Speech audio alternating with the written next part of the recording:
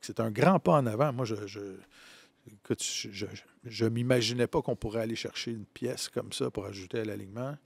C'est vraiment... Il faut lever notre chapeau à Kent Hughes et à Jeff Gorton. Ou à tout le moins, aller chercher une pièce comme ça sans rien perdre. Là. Heinemann. Emil Heinemann. Non, mais je veux dire, dans ton alignement. Tu sais, on se textait, Alex et moi, en début de journée, puis on se demandait un peu. Moi, j'étais prêt à aller loin, là. J'étais prêt à donner beaucoup, là. Tu as évoqué le nom. Non, dis-le pas. OK. Et ça fait du Canadien une équipe qui va miser sur deux des meilleurs distributeurs de rondelles de la Ligue nationale dans sa brigade défensive. Là, ce n'est pas rien. J'en reviens pas que le Canadien ait eu à payer seulement un choix, une 16e puis une 17e sélection et Emil Heinemann en retour de Noah Dobson. Je pense que le Canadien était très, très à l'aise de lui accorder le contrat qu'on lui a donné, 76 millions pour 8 ans. Il y a la saison, pas la saison dernière, la saison précédente, en 2023-2024, 70 points, 35 passes décisives sur ces 70 points-là. Et cette saison-là, il y avait 58 points après 54 matchs. Il se dirigeait vers une saison facile de 80 points, chose que... Oh, pas là. Martin, ça va? Oh, non. Martin a joué à la balle, je ne sais pas si c'était aujourd'hui ou récemment. C'est correct. Okay. Hey, c'est vraiment... Wow, un claquage en parlant. Ça veut dire que je m'en viens vieux pour vrai. Alors...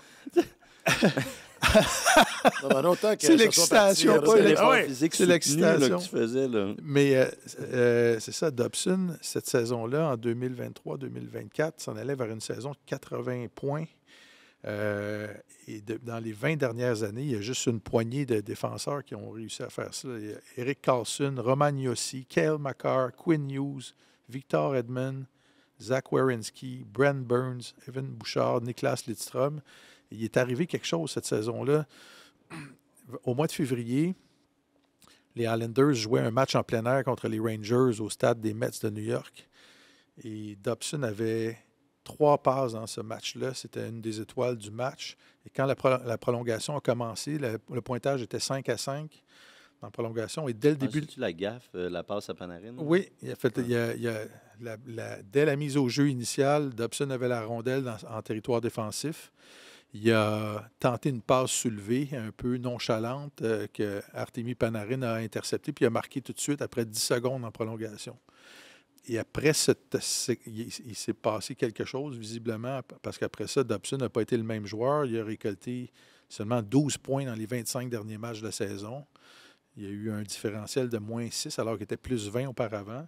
Mais si ça ne s'était pas arrivé, on ne sait pas s'il est arrivé quelque chose à l'interne après cet incident-là, mais ça a comme brisé quelque chose. Et cette saison, sa production a diminué beaucoup. Il a eu 39 points seulement, mais il a été blessé. Il a joué blessé une partie de la saison. Et il a raté quelque chose comme 11 matchs. 11 matchs, oui. Mais depuis 4 ans, c'est un gars qui est dans le top 10 offensivement, les défenseurs de la Ligue nationale. C'est un gars qui arrive à son apogée. Il a 25 ans. Il est droitier. Il mesure 6 pieds 4. C'est le genre de gars qui a dépensé, je pense, 40 000 pour s'installer une glace artificielle dans sa cour arrière à l'île du Prince-Édouard. Il tire 20 000 rondelles par été pour améliorer son... C'est excessif. Non. C'est un gars qui prend ça au sérieux. Là. Il a amélioré son tir considérablement au cours des dernières années. Il est devenu une menace offensive incroyable. Alors, d'avoir lui et d'avoir Lane Hudson et peut-être encore... oui, parce qu'on n'a pas donné David Reinbacher. Mike Matheson, et ça, la rondelle, Madison, elle va se promener. Là. Alors, c'est une addition. Je ne sais pas si les gens réalisent à quel point c'est un joueur. C'est un des meilleurs jeunes défenseurs de la Ligue nationale que le Canadien vient d'aller chercher pour pas grand-chose, à mon sens. On verra ce que le 16e et la 17e sélection donneront à Mathieu Darche, là, mais ça va prendre... Habituellement, un 16e, 17e sélection, ça prend du temps, ça prend quelques années avant de les développer. Puis là, il faut que le projet arrive un peu là, chez le Canadien. Fait que c'est un grand pas en avant. Moi, Écoute, je m'imaginais pas qu'on pourrait aller chercher une pièce comme ça pour ajouter à l'alignement. C'est vraiment... Il faut lever notre chapeau à Kent Hughes Ou et à tout le à Jeff moins, Gorton. ou à tout le moins, aller chercher une pièce comme ça sans rien perdre. Là. Ben, Heinemann, c'est Emil comme- Heinemann. Non, mais je veux dire, dans ton alignement. Tu sais, on se textait, Alex et moi, en début de journée, puis on se demandait un peu. Moi, j'étais prêt à aller loin, là. J'étais prêt à donner beaucoup, là. Tu as évoqué le Non, nom. non, dis-le pas, dis-le pas. OK. Non, mais moi, je pensais que, mettons, Ryan Backer, c'était comme. Ça, c'est moi qui c'était t'ai dit ça. Non, mais, ouais, mais t'avais raison. Moi, je pensais que c'était les deux choix de premier tour et Ryan Backer sur la table. Et si ça avait été ça, la transaction, on aurait fait bon, Ben ouais. pour avoir quelque chose, il faut donner quelque chose. Puis c'est bon Absolument. parce que Dobson Absolument. est en avance sur Ryan Backer. Puis on avance. Mais là, non. Ryan Backer est toujours dans l'organisation Ouais. du Canadien. On s'entend, offensivement, les chiffres que produit Dobson, je pense pas que Reinbacker va jamais produire ça. Là. Non, c'est pas le rôle qu'on attend Non. de sa part non plus. C'est là. ça. Mais tu sais, offensivement, il a produit beaucoup. Bon, il y a 4 années de suite de 10 buts ou plus. C'est lui qui animait l'avantage numérique des Highlanders de New York. Ce ne sera plus le cas à Montréal. Peut-être que ses chiffres offensifs vont en souffrir un peu, mais ça, c'est correct. Ce n'est pas tout le monde qui peut amasser 65, 66, 70 points dans une saison en défense. Tu n'en as pas deux de ça, sauf pas cas de glace. extrême. C'est pas possible. Il manque de temps de glace, il manque de temps de jeu en supériorité numérique. C'est juste pas possible. Il était le corps arrière de cette unité-là qui n'était pas très performante. Dobson, c'est un super coup. C'est vraiment un bon défenseur. Il y a quelques, je ne sais pas si on peut dire lacunes, mais ce n'est pas un défenseur parfait. Puis là, on parle offensivement. Mais même s'il en souffre du fait de ne plus jouer autant en avantage numérique, je regardais sa distribution de rondelles à égalité, à 5 contre 5. Et puis, il est dans l'élite là, pour les 3 saisons. Disons qu'on fait abstraction de la saison dernière, OK? Que Kent Hughes a qualifié d'anomalie tantôt quand on lui a parlé. Ils ont fait leur devoir, on n'est pas du tout inquiet de ça.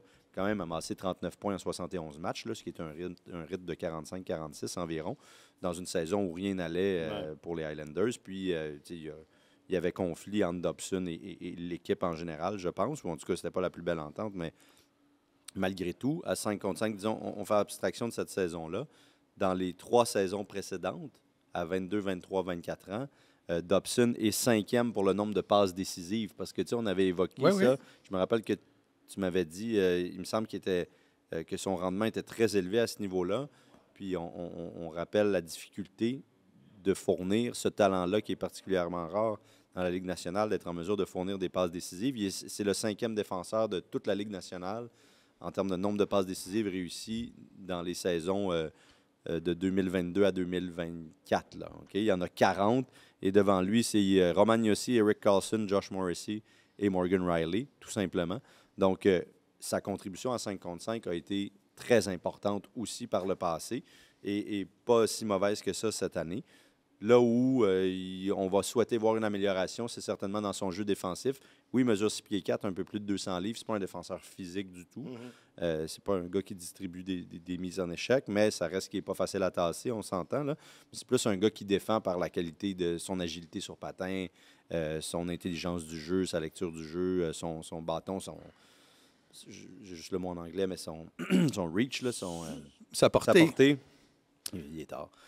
Sa portée, et donc c'est comme ça qu'il fait.